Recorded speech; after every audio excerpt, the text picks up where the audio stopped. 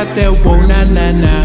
Bismillahirrahmanirrahim. Assalamualaikum warahmatullahi wabarakatuh. Halo semua, perkenalkan nama saya Mulia Elsa Nabila dengan NIM 22810-222. Saya dari kelas PBA 2A.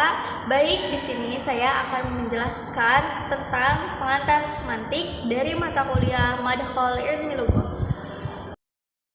Baik, sekarang kita beranjak ke pembahasan pertama, yaitu konsep semantik.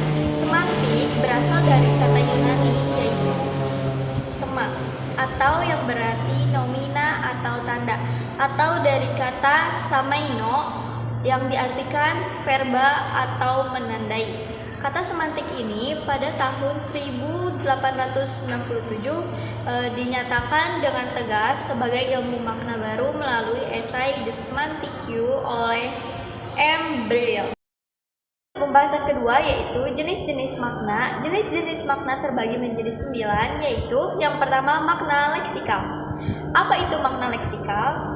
Leksikal yaitu merupakan unsur-unsur bahasa sebagai lambang atau peristiwa dan lain sebagainya, dan mempunyai unsur-unsur bahasa lepas dari penggunaannya atau konteksnya. Makna leksikal adalah makna yang bersifat tetap. Oleh karena itu, makna ini sering disebut dengan makna yang sesuai dengan kamus. Yang kedua, ada makna gramatikal, yaitu makna gramatikal adalah makna yang berubah-ubah sesuai dengan konteks pemakaiannya. Kata ini sudah mengalami proses gramatikalisasi, baik pengimbuhan atau pengulangan ataupun pemajemukan. Maka makna gramatikal ini disebut makna kontekstual atau makna situasional.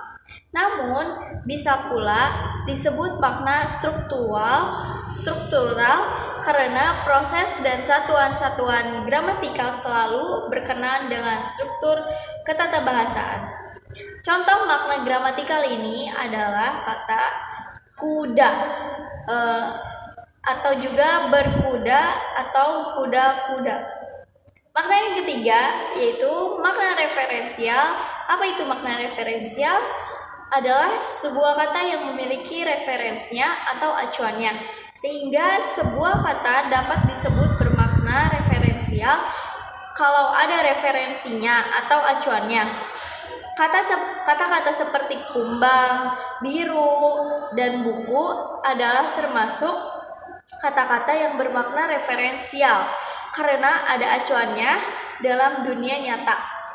Yang keempat, makna non-referensial, yaitu makna non-referensial adalah kata yang tidak mempunyai acuan dalam dunia nyata. Contohnya, kata dan, atau, dan, karena.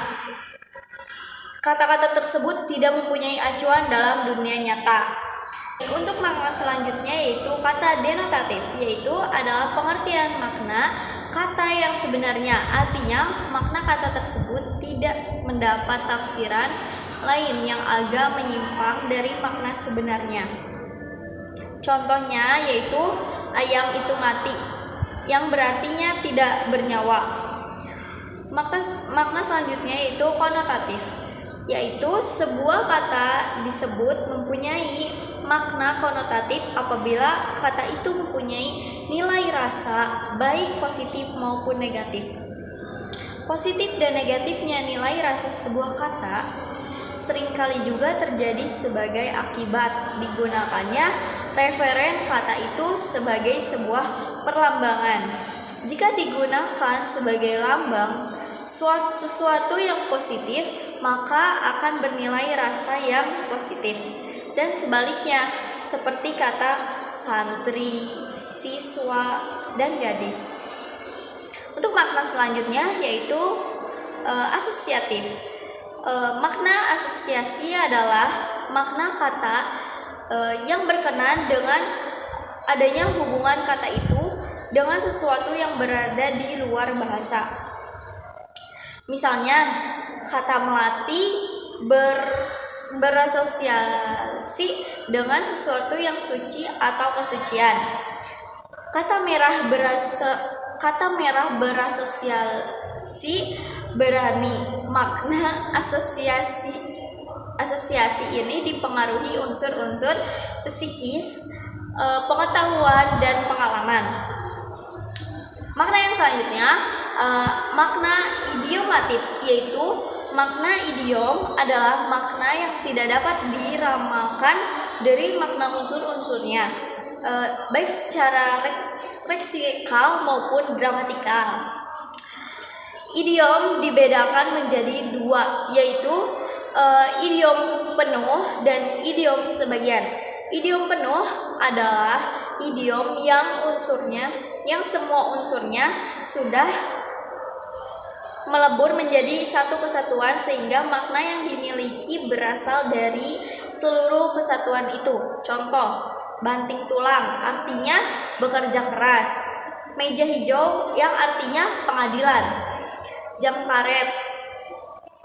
Sedangkan idiom sebagian adalah idiom yang salah satu unsurnya masih memiliki makna leksikalnya sendiri. Contohnya, daftar hitam artinya daftar yang berisi nama-nama orang yang dicurigai atau dianggap bersalah. Pembahasan terakhir yaitu makna peribahasa atau figuratif, yaitu peribahasa memiliki makna yang masih dapat ditelusuri atau diacak dari makna unsur-unsurnya karena adanya asosiasi antara makna asli dengan maknanya sebagai peribahasa. Contoh peribahasa seperti anjing dan kucing yang bermakna ihwal dua orang yang tidak pernah akur. Makna ini memiliki asosiasi bahwa binatang yang namanya anjing dan kucing jika bersuara memang selalu berkelahi, tidak pernah damai. Untuk pembahasan selanjutnya yaitu ada relasi makna. Relasi makna adalah hubungan antara makna yang satu dengan makna kata yang lain. Prinsip relasi makna ada 4 jenis, yaitu yang pertama, prinsip kontiguitas, yaitu prinsip yang menjelaskan bahwa beberapa kata dapat memiliki makna sama atau mirip. Prinsip ini dapat menimbulkan adanya relasi makna yang disebut sinonimi. Dan yang kedua yaitu prinsip komplementasi atau prinsip yang menjelaskan bahwa makna kata yang satu berlawanan dengan makna kata yang lain. Prinsip ini dapat menimbulkan adanya relasi makna yang disebut antonimi. Dan yang ketiga yaitu prinsip overlapping, yaitu prinsip yang menjelaskan bahwa satu kata memiliki makna yang berbeda atau kata-kata yang sama bunyinya tetapi mengandung makna berbeda. Prinsip ini dapat menimbulkan adanya relasi makna yang disebut homonimi dan polisemi. Dan yang terakhir yaitu keempat, prinsip inklusi, yaitu prinsip yang menjelaskan bahwa makna satu kata mencakup beberapa makna kata lain. Prinsip ini dapat menimbulkan adanya relasi makna yang disebut hiponimi. Lanjut ke pembahasan sinonisme. Sinonimi adalah relasi makna antar kata yang berarti frasa atau kalimat yang maknanya sama ataupun sameness of meaning, seperti saya, aku, hamba, beta, buah, dan aneh. Ataupun ada juga jenuh sama dengan bosan, mungil sama dengan kecil, sukar sama dengan susah, perempuan sama dengan wanita ataupun cewek. Yang kedua, polisemi. Polisemi adalah yang menunjukkan bahwa satu kata atau frasa memiliki lebih dari satu makna. Seperti bisa ada yang pertama ada racun, ular, yang kedua dapat atau mampu. Contoh kedua yaitu kursi. Yang pertama tempat duduk atau yang kedua kekuasaan atau jabatan. Yang ketiga ada himonimi. Himonimi adalah kata yang memiliki kesamaan tulisan dan pelafalan tetapi maknanya berbeda. Seperti mengerti tahu makanan dari kedelai putih yang digiling halus, direbus dan dicetak. Dan yang keempat, antonimi. Antonimi atau oposisi makna, relasi antar kata yang bertentangan makna seperti panas dan dingin. Pertanyaannya, apa benar suatu kata hanya dapat dipertentangkan dengan satu kata lainnya saja? Dan yang kelima ada hiponimi, yaitu hiponimi adalah semacam relasi antara kata yang berwujud atas bawah atau dalam suatu makna terkandung sejumlah komponen yang lain. Karena ada kelas atas yang mencakup sejumlah komponen yang lebih kecil dan ada kelas bawah yang merupakan komponen yang tercakup dalam kelas atas. Kata yang berkedudukan di kelas atas ini disebut superordinat dan kata yang berada di kelas bawah disebut hiponim. Istilah superdinat dan hiponim adalah istilah semantik. Baik teman-teman, terima kasih atas perhatiannya. Sekian dari saya materi yang bisa saya sampaikan. Mudah-mudahan bisa bermanfaat untuk kalian dan untuk saya. Wabillahi taufiq wal hidayah. Wassalamualaikum warahmatullahi wabarakatuh.